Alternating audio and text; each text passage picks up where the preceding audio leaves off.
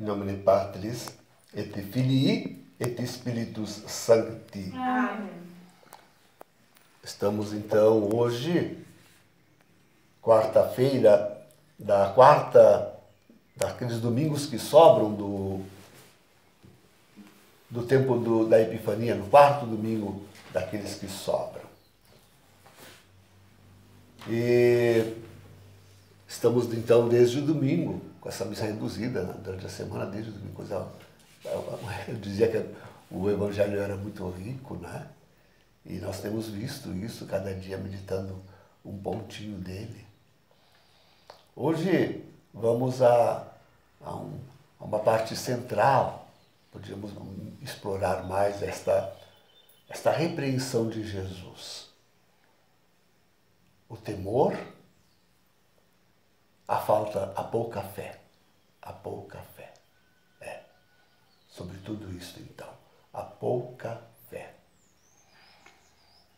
Eu não posso deixar de referir nesse assunto, justamente pensando no tempo que nós vivemos, e como característica do fim dos tempos.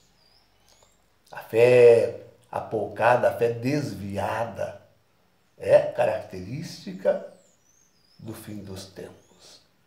A apostasia, a heresia, o cisma são características de que estamos no fim mesmo. Né? E é aquilo que marca o tempo presente. Então eu não posso deixar de referir, de lembrar esse grande, sempre me faz rir, esse grande documento que Bento XVI escreveu com o propósito de encerrar o ano da fé, né? Mas tendo ele abdicado, renunciado, aquilo ficou assim, né? O que fazer?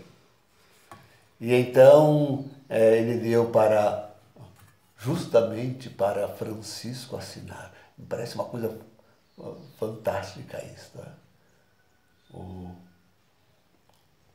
O antipapa Francisco, o falso profeta, assinando, praticamente só assinou, botou ali a notícia de que ele recebera aquilo de Bento XVI, está ali escrito, né?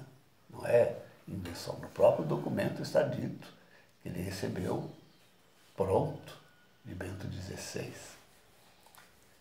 E esse documento justamente trata da crise da fé,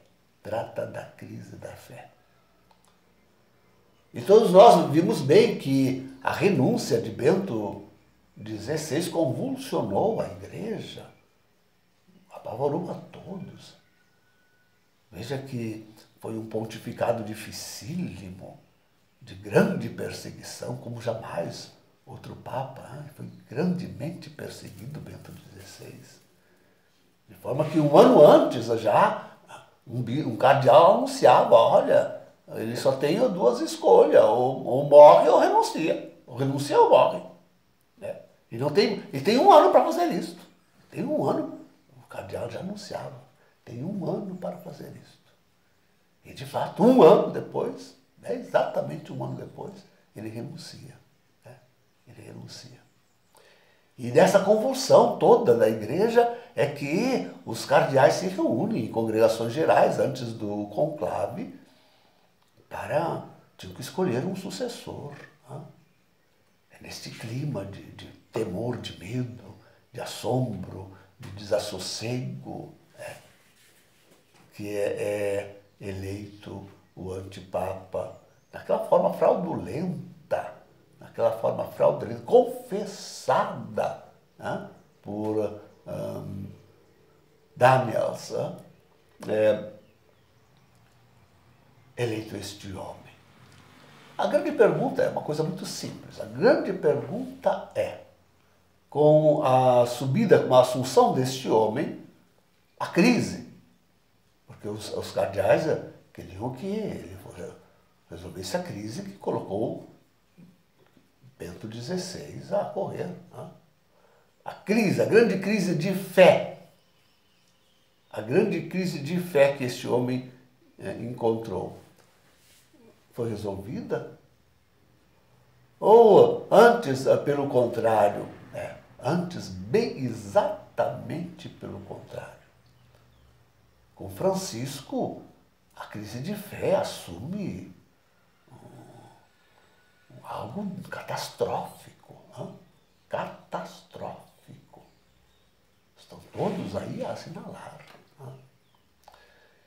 E quando falo em crise de fé, queridos, falo, na verdade,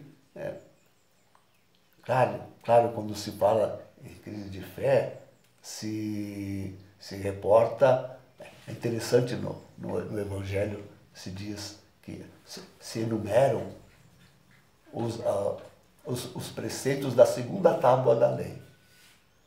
Né? E ainda, outro detalhe interessante, que se diz, estes e qualquer outro preceito, né? Nosso mundo legalizado, né? Nossos estados de direito, como se diz, pense no Brasil, em todos os estados modernos, onde abundam tantas leis, né? Diz lá, pois tudo isso se resume no amor ao próximo. Tudo isso deve apontar, deve levar ao amor do próximo. E diz que esta é o complemento da lei. Então, o que é a lei? A lei, por excelência, é a primeira tábua dos mandamentos, onde estão consignados aqueles 3 mandamentos referentes a Deus propriamente dito, ao amor a Deus. Resumimos dizendo ao amor a Deus. Ali é que está a crise da fé. Ali que se põe a crise da fé.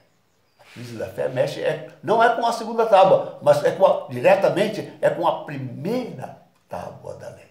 Ali se mete a crise da fé.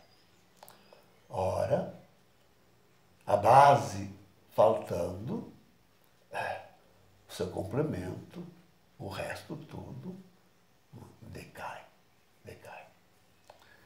Daí nós vemos a realidade prática da fé inexistente, transformada, na verdade, naquilo que se chama uma hipocrisia religiosa, né?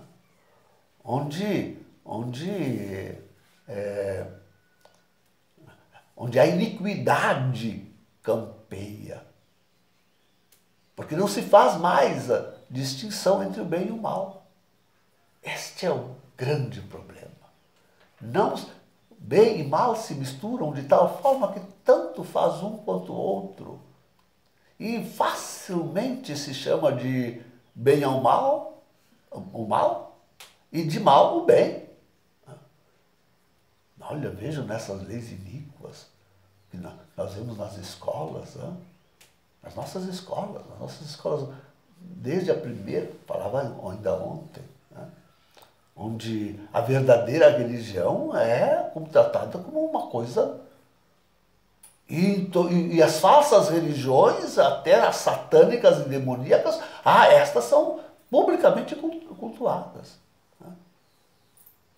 Nós assistimos para a eleição e agora continuamos assistindo, de Bolsonaro, nas nossas faculdades, uns ritos ali que esses jovens são satânicos, demoníacos. Demoníacos. Então, queridos, é nisto que resulta.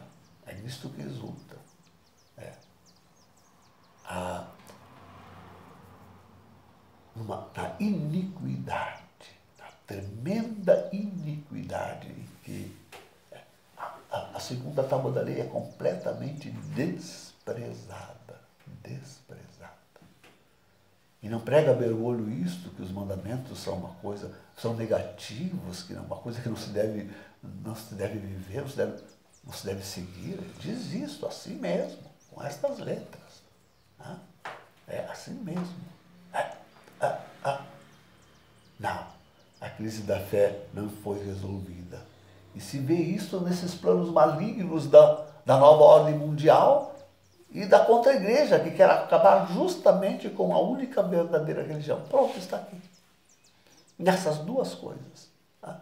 Nova ordem mundial, que essa marca toda a vida humana, e a contra-religião, que quer acabar com a verdadeira, a única verdadeira religião. Aqui. Pronto, é isto. Então, queridos, absolutamente não estamos vencendo a crise da fé. Ela está sendo aprofundada, cada vez mais abismada. Abre-se cada vez mais o abismo, um abismo onde se lança a fé, sem a fé. Então, quando Jesus diz homens fracos na fé, de homens de pouca fé. Né? Isso é sobretudo para o nosso tempo. Marca o fim dos tempos. A nossa fé está tão apoucada, que já não sabemos mais dirigir a nossa vida. Não sabemos mais. Perdemos completamente a direção da nossa vida.